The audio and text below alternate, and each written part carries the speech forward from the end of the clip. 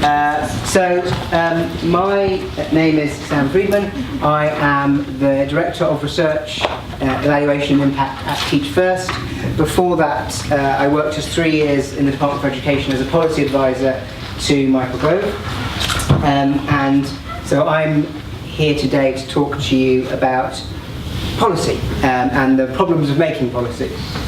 So I slightly overpromised in my programme insert that I would give you the 5 hardest problems in education policy. Turned out when I tried to do that, I'd have been talking to you for about an hour and a half. So I've cut it down to the 3 hardest problems in education policy. But the points I want to make are basically the same. I've chosen deliberately policy problems that are not the most contentious issues in policy. So I'm not talking about, for instance, free schools, where there's lots of arguments about whether they're a good or a bad thing. But whatever your position on free schools, it's quite easy to do something about. If you don't like free schools, then close them or move stuff back to local authorities. If you do like free schools, open more of them. It's not hard, it's just contentious. Implementation may be tricky, but the actual what do you do is not so tricky.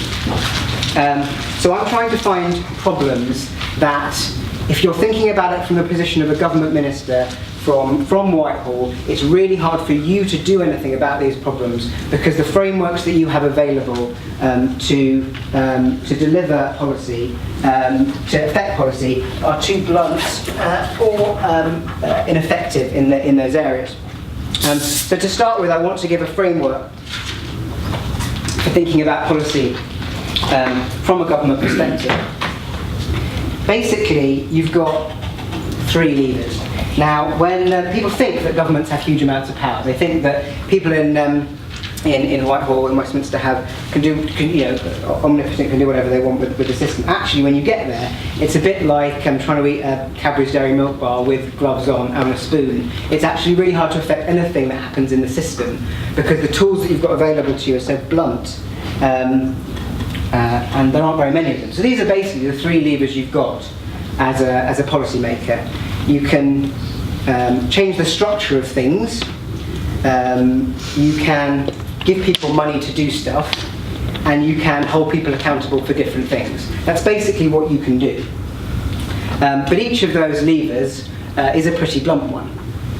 So, for instance, on structural reform, you can try and do things like academisation. You can say to people you have more autonomy, but you don't actually know what they're going to necessarily do with that freedom or autonomy. You can give them different powers. You can say you can do this or that, but you can't actually make them behave in any specific way but through structural reform. Funding might seem like a really good way of making policy. I want X to happen, so I'm going to give people a lot of money to do X. Unfortunately, giving people money to do X doesn't mean they actually do it.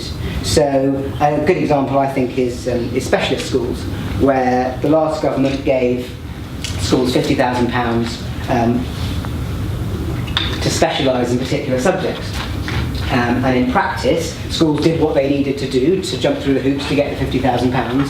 And then a lot of them spent it on whatever they needed to spend £50,000 on. They weren't spending it on what the policy aim was. So you think, okay, well, if schools aren't spending it the way I was hoping they'd spend money in order to meet this policy goal, then maybe I'll ring fence the money and I'll tell them they have to spend it in a certain way. The problem with ring fencing is that you have to check that it's actually happening. So you can say, we'll give you, and this has actually happened in the last couple of years, we'll give primary schools a bit of money to do sport, but they have to spend it on sport. We're determined that they spend it on sport. It's really important that we have high quality sport in primary schools. And then you give them the money and you think, well, we've just given every primary school a few £1,000s and now we've actually got to check if they're spending it on sport. That's going to cost more than giving them the few £1,000s in the first place. So that's why ring fencing is a pretty blunt tool as well. It's actually very hard to check whether schools have actually spent money on a specific thing. So then you're left with accountability, and accountability is the lever that gets pulled the most, because it's the easiest one to pull. It doesn't cost very much from the point of view of government, and it is very effective. Out of all of them, it's the most likely to change people's behaviour, I was astonished when the EBAC was introduced. It was very explicit all the way along after the introduction of the EBAC that it was never going to be compulsory, and schools had freedom to decide whether they were going to use it or not. And actually a lot of schools didn't want to use it, but an awful lot of schools shifted to using the EBAC because they sort of assumed that if it was a new accountability measure, they had to do it. And so it's actually had a huge effect on the system, whether you think that's a good or a bad effect, without even being a formal accountability measure. Just because it's being published, it's had a huge effect on the system. And everyone, and everyone knows how powerful Ofsted are and how schools will change how they behave in response to Ofsted. So that's why, so many policy prescriptions that come out of think tanks and so on is, well, let's get Ofsted to check that schools are doing X, because if you put that in an Ofsted framework, then schools will at least have to jump through whatever Ofsted take to mean that you are doing something.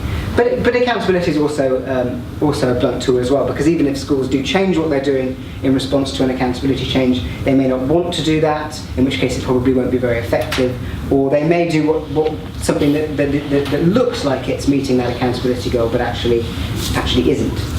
So you've got this kind of policy toolkit available, and there's not an awful lot else you can do to try and get what you want to happen, or trying to deal with the problems that come up and that you're asked to solve by, whether it's by the Prime Minister, by the media, or by school leaders or teachers. You're sort of left with a fairly poor group of tools. So the first two problems in my list of three are ones where this particular group of levers, pulling them doesn't have much effect. They're areas where these don't really help you, and yet they are all, I've deliberately chosen three that I know all the main parties are thinking about hard, or want to have policies on, or all going out there asking people for ideas, but are struggling at the moment. So the first problem number one, how do we get the best teachers to Great Yarmouth? And apologies if there's anyone from Great Yarmouth. And it's not just Great Yarmouth, of course. I'm talking about how do we get the best teachers to go where currently school performance as an average is lowest. And this is a much bigger problem than education. There has been a massive socio-economic demographic shift in this country over the last 25 years that has had a massive knock-on effect on education. Essentially, we've seen, before I get to that, I'll just sort of prove my point about where we have the problem in terms of poor performance in the system. These are the 20 lowest performing LAs. I've just taken one metric, and as ever, if you just look at one metric, that will always be flawed to some extent, but I've just looked at as an average, where your average 5 A's to C's for children on free school meals. So I like it because you're comparing demographic with demographic. And if you look at the 20 worst, there's kind of a theme. They're either sort of you've got a couple of, sort of post-industrial sort of places like Barnsley, Knowsley, which have very high rates of unemployment. And so on. But actually there's an awful lot of these places are coastal. Portsmouth, South Gloucester, Lincolnshire, Cumbria. You go down the list, there's Norfolk, Wiltshire, Suffolk, Hampshire, Southend, Isle of Wight, Peterborough. They're peripheral sort of places, more coastal, rural, isolated places. And if you look at the 20 best, 20 highest performing on this particular metric, they are all in London. Bar one, which is Windsor and Maidenhead, which might as well be in London. So you've got the first sort of non-London local authority is Birmingham, which is of course another big city, and then Manchester's not that far behind either. So you've got big cities doing really well on this measure, and the more coastal, peripheral, isolated parts of the country are doing far worse. The difference between Westminster, 62% of free school meal kids getting 5 A stars to C, 21% in Barnsley. I mean, that's the sort of the full scope.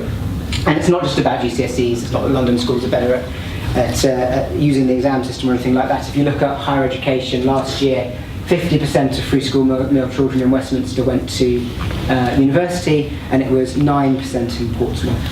So there is a really big gap going on. And so why is this happening? And as I was starting to say before, there's been a big socio-economic change in the country over the past 25 years. There's been a big shift as industries in parts of the country, in sort of northern parts of the country, post-industrial places, and in coastal areas, as industry has disappeared from those places. People have started to move. Younger people have started to move into cities. And you can see this is the internal migration into London. You can also see this for Birmingham or Manchester if you did it for those. The green is people coming into London. The red is people leaving London. And you can see this between 2009 and 2012. You can see there's been a huge internal migration from all around the country into London. 4 out of 5 private sector jobs in that period have been created in London. And actually the public sector has grown in London as well, unlike in the rest of the country. So there's been this big internal migration to London, and that's had a couple of very powerful effects. First, it means that it's much easier to hire teachers in London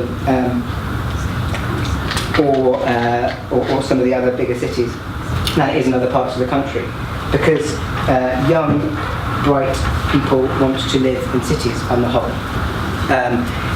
And it's not just that they want to live in cities, it's that their partner finds it much easier to get a job in a city as well. So you have a big spousal pull effect into the big cities too. So it's much harder to recruit.